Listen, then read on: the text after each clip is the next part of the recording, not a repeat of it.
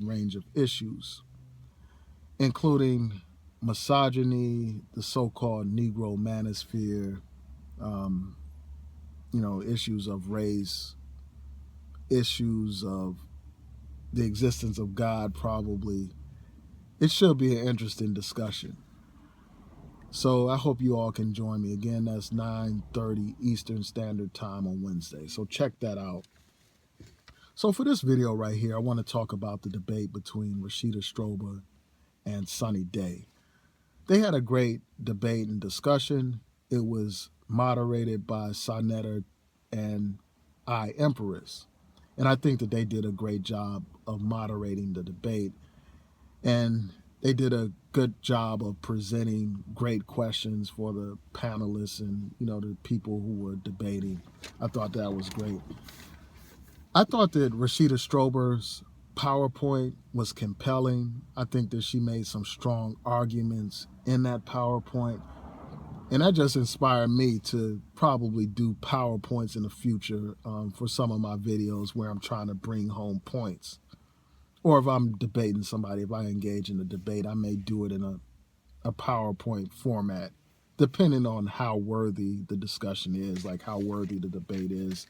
I may present it that way because I think when you lay out images and you have your statistics and you cite your sources, that makes your argument compelling. And I thought that Rashida Strober did a great job of doing that. But I think that the problem with that is that Sunny Day agreed with everything that was in that PowerPoint. And I think that the problem with the PowerPoint was that it really didn't go to the very core issue of the debate. It didn't address that. And I think that that's one of the most important things that people have to do when they engage in a debate. Issue identification is key because it is difficult to win a debate if you don't know what the actual specific issue is. So I think that presented a problem in the discussion because 30 minutes was spent addressing matters that were related to the subject, but they weren't on target with the core issue that those two sisters were really debating about. And that core issue was a couple of things. I mean, the first thing that really was at the forefront was a disagreement over Rashida Strober's approach to advocating for dark-skinned girls and women. Essentially Sunny Day said that Rashida Strober's approach was, divisive for one, was overly aggressive and, essentially abrasive. So, one thing that she pointed out was Rashida Strober basically saying that certain people are not black. Biracial people aren't black. Those were some of the things that she says that Rashida Strober has asserted. And then Rashida Strober essentially confirmed that that's her belief, that biracial people aren't black. And then there's also the issue of, certain people not being identified as blacks. For instance, Kendrick Lamar's fiance being labeled as not being black. So that was one issue that Sunny Day had with Rashida Strober's approach. Also, another issue that she had with Rashida Strober's approach was, the whole issue of it appears as if she's complaining about the problem of darkism without uplifting, dark-skinned women and without providing solutions to the actual problem. So that was another problem that Sunny Day had with Rashida Strober's approach. Another thing was, the type of language that Rashida Strober uses, like by referring to, she alleges that Rashida Strober called her a white girl because she's light complexion. even though Sunny Day didn't present any kind of evidence. And I think that was one of the weak points of Sunny Day's presentation. Whereas Rashida Strober had this compelling PowerPoint, Sunny Day didn't present any kind of proof or any kind of receipts. Like, she said that Rashida said this, she said that Rashida Strober said that, but she didn't present any kind of like screenshots to illustrate her point. And I think that would have made her arguments more compelling, and it would have drove home like some of the points she was trying to make. So that was one thing, she was just talking about the attitude. And one thing that she said to illustrate that point was this whole thing about how this debate was advertised. She said, well, Rashida Strober advertised it as dark-skinned queen versus light-skinned chick and all this and that. And that's disrespectful, obviously. So, that was one of the issues. So this all came down to like racial identity, who's defined as black. I mean, I think that was a core issue that was to be debated. Another core issue was just about strategy, about how someone should advocate against colorism or darkism. That was something that was a core issue. And I think part of the problem was that those core issues probably weren't identified before the discussion took place, because I think that would have narrowed the discussion.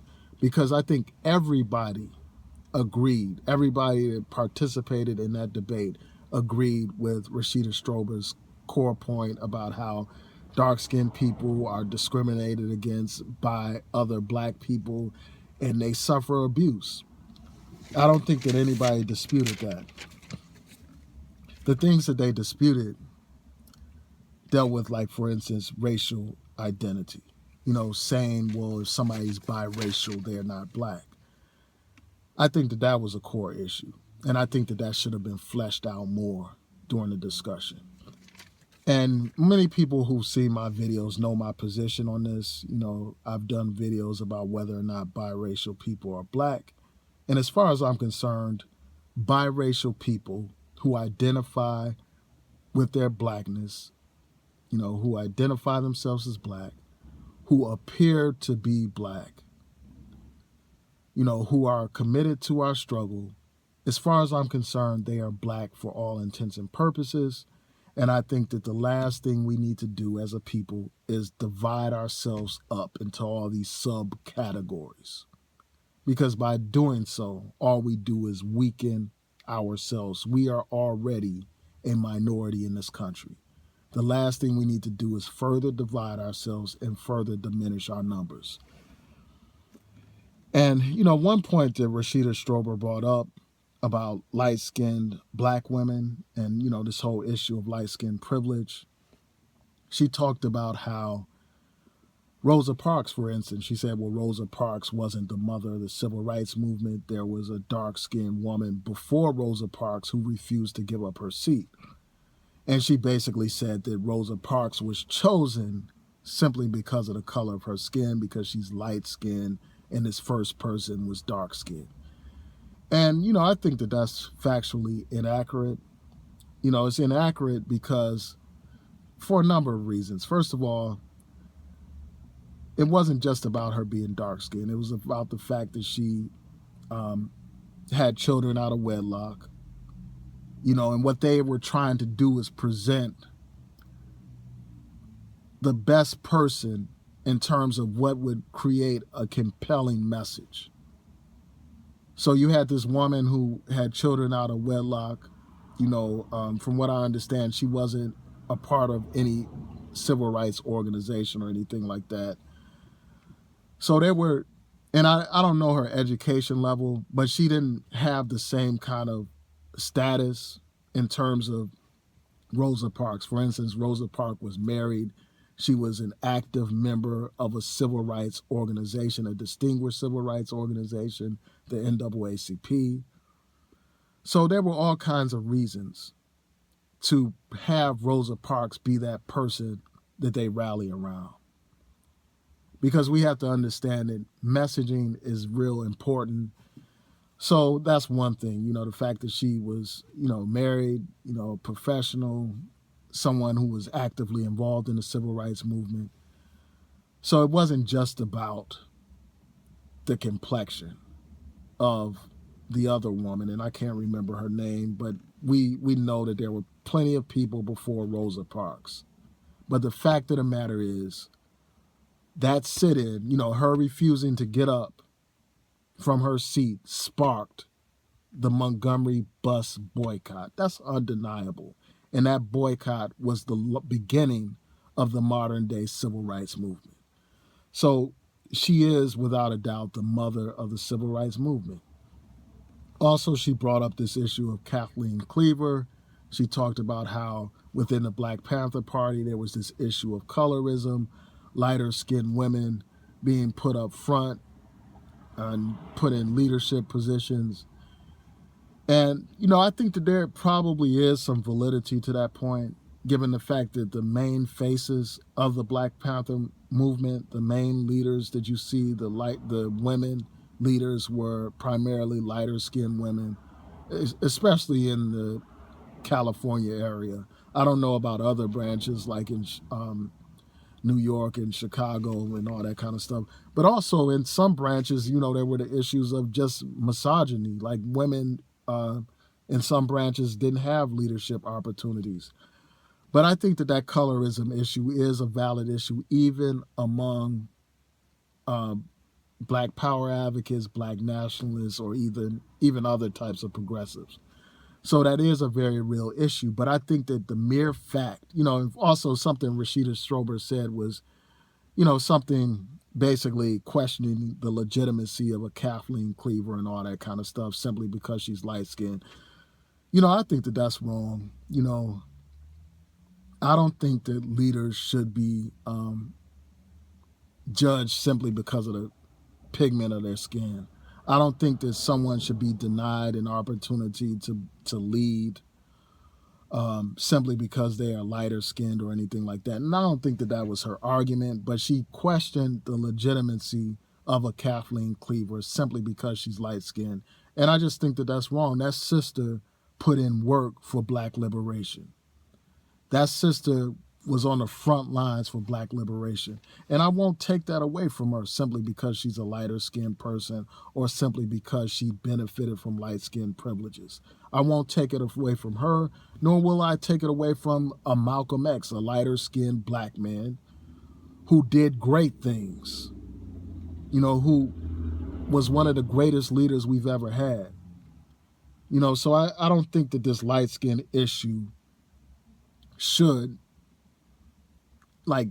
cloud our judgment to such a degree that we begin to have these litmus tests for Blackness and we begin to say, well, this person is not legitimate, implying that that's the case simply because of the pigment of their skin.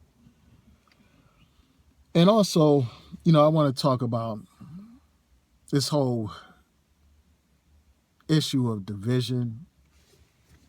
I think that one thing that Rashida Strober was talking about is she presents her message the way she feels like it. Essentially, people either take it or leave it. She's not changing her message or whatever. But I think that if you want to win allies, if you want to have people support your cause, then you should be concerned about how you present your message. You should make sure that you present your message in a way that is going to win over people in the Black community, more people in your Black community, win over people of different hues and different complexions. And I don't think you do that when you, make certain comments that are disrespectful towards people who are lighter skinned. And I don't know if that's the case. I didn't, Sunny Day didn't present the proof. And again, I think that that's problematic. So those are just some of the points that were raised. Overall, I think that it was a great discussion, and I encourage you all to watch that debate. I will include a link